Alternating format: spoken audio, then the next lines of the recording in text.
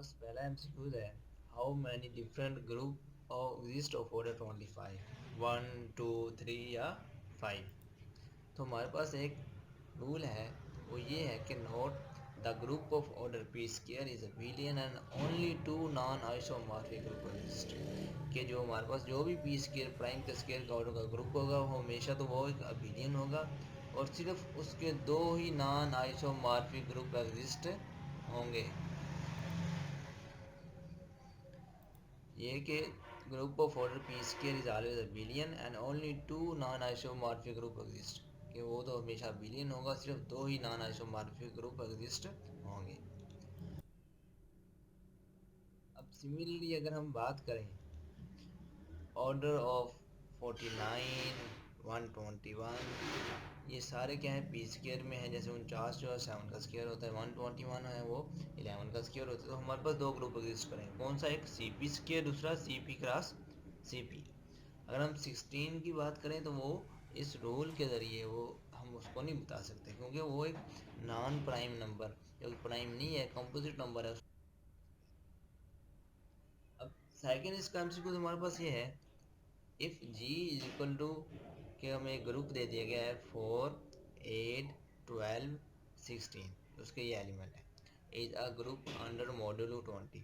कि ये एक ग्रुप है जिसका किसके लिहाज से, मॉड्यूलो 20 के लिहाज से, और ये अंडर मल्टीप्लिकेशन के हैं। दी आइडेंटिटी एलिमेंट ऑफ जी, तो हमने बताना है कि आइडेंटिटी एलिमेंट इसका कौन सा होगा, 4 होगा, 8 होगा, 12 होगा, 16 होगा, या इनमें से कौन सा होगा। तो हमें पता है, ये भी एक रूल है हमारे पास, के एक रूल है। तो हमारे पास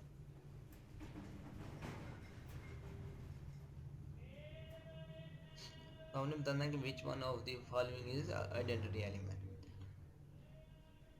तो इसको हम सॉल्व करेंगे किसके लिहाज से, इस तरह कोई भी एमसीक्यू आए तो हम इसको आइडेम्पोटेंट एलिमेंट निकालेंगे, उसके लिहाज से इसको फाइंड करेंगे। क्योंकि आइडेम्पोटेंट एलिमेंट जो होता है वो ग्रुप में यूनिक होता है, और होता भी हमेशा आइडेंटिटी। तो इसके लिए हमने क्या करना है कि सिर्फ आइडेम्पोटेंट एलिमेंट को निकालना है कि वो कौन सा है। Note the idempotent element a square is equal to a. कि वो ये कहता है कि आइडेंटिफाइड एलिमेंट वो होता है कि जिसको स्केयर लें, मतलब उसको उसी से मल्टीप्लाई करें और वही आंसर है। जैसे 4 का स्केयर लें तो आंसर हमें 4 मिलना चाहिए, 8 का लें तो 8 मिलना चाहिए, 12 का लें तो 12 मिलना चाहिए, 16 का लें तो हमें 16 ही मिले। अगर इनमें से जो भी एक नंबर इस प्रॉपर्टी को फॉलो करेगा तो वो हमारे पास क्या होगा, आइडेंटिटी होगा। It is always unique and should be identity. तो आंसर ये है, इसके लिहाज से इस मतलब ये जो हमने अभी एक्सिम पढ़ा, नोट पढ़ा, इसके लिहाज से आंसर है 16।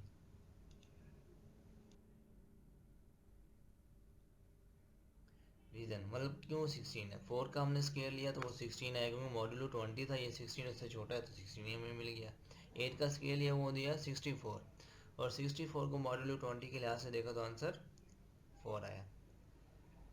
सी ऑप्शन 12 का स्केयर था। अब 12 का स्केयर होता है हमारे पास 144, और 144 को हमने अंडर मॉड्यूलो 20 देखा तो आंसर ये भी 4 दे रहा है, ये भी 12 नहीं आया। तो लास्ट वन जब हमने 16 को देखा, 16 का स्केयर लिया तो वो 256, और वो अंडर मॉड्यूलो 16 छोड़ता है। So important element is 16 and so it is identity. तो यहाँ से हमें पता लगा कि हमारे पास जो आइडेंटिटी एलिमेंट है वो 16 है under modulo 20 with respect to multiplication. इसी तरह हमारा कोई भी एलिमेंट आ जाए, कोई भी और एग्जांपल आ जाए तो हम इसको इजीली सॉल्व कर।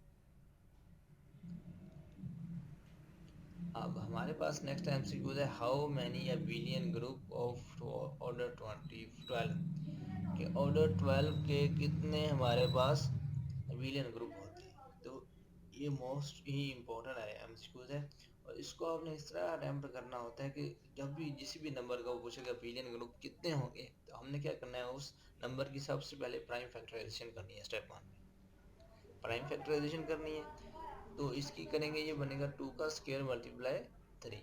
फिर जो हमारे पास उस प्राइम फैक्टराइजेशन की पावर है, जैसे 2 की पावर 2 है और 3 की पावर 1 है, इनकी हमने करनी है पार्टीशंस। फिर उन पार्टीशन के प्रोडक्ट को हमने मालूम कर लेना है, वही हमारे पास ने उसके अबिलियन ग्रुप होंगे।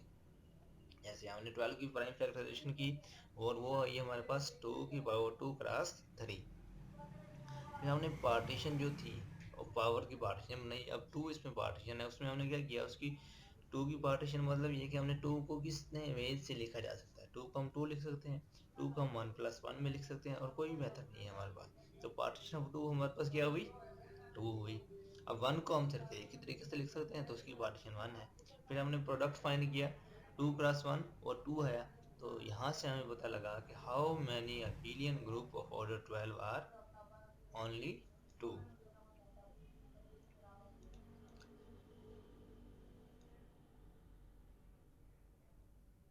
सिमिलरली अगर हम एग्जांपल दे दीजिए how many abelian group of order 36, तो आप फाइंड कर सकते हैं उसी तरीके से। सबसे पहले हमने 36 की पार्टीशन की, ओ आई 2 की पावर 2 और 3 की पावर 2, और पी ऑफ 2 हमारे पास 2 है, पी ऑफ 2 मतलब कि दोनों की सेम ही पावर है तो उनकी पार्टीशन हमें पता है, तो इन दोनों का हमने प्रोडक्ट लिया तो 4, तो इसका आंसर क्या आना, कितने बिलियन ग्रुप होंगे, 4 बिलियन ग्रुप होंगे। अब नेक्स्ट है हमारे पास ये मोस्ट इम्पोर्टेंट एमसीक्यू, वो ये कहता है कि अगर ये जी ऑफ डी मतलब कि सेंटर है, ये जी ये जो है ये सेंटर कंडीशन का सेंटर ऑफ D4 क्या होगा, D4 क्या है, इसका जो सेंटर है वो क्या होगा, डिहाइड्रल ग्रुप का। ऑप्शन ए बी ई मतलब आइडेंटिटी और बी एलिमेंट होगा, आइडेंटिटी और ए बी होगा, आइडेंटिटी और ए स्केयर होगा, या आइडेंटिटी ए की पावर 2 और ए की पावर 3 होगा। तो हमारे पास ये इसका भी बहुत ही आसान है, हमारे पास एक फार्मूला है फाइंड करने का, नोट इसको आप याद कर लेंगे कि किसी भी डी एन का हमने सेंटर निकालना है तो वो क्या आएगा, ई और ए की पावर n/2 आएगा अगर n हमारे पास इवन हुआ तो, ई और ए की पावर n/2 आएगा इफ n इज इवन। और हमेशा आइडेंटिटी आएगा जब n ऑड होगा। अगर मैं कहूँ D3 तो सिर्फ आइडेंटिटी, D5 सिर्फ आइडेंटिटी, तो यहाँ से ई और ई की पावर D4 था, तो इस रूल से हमें साफ पता लगा कि ऑप्शन हमारे पास।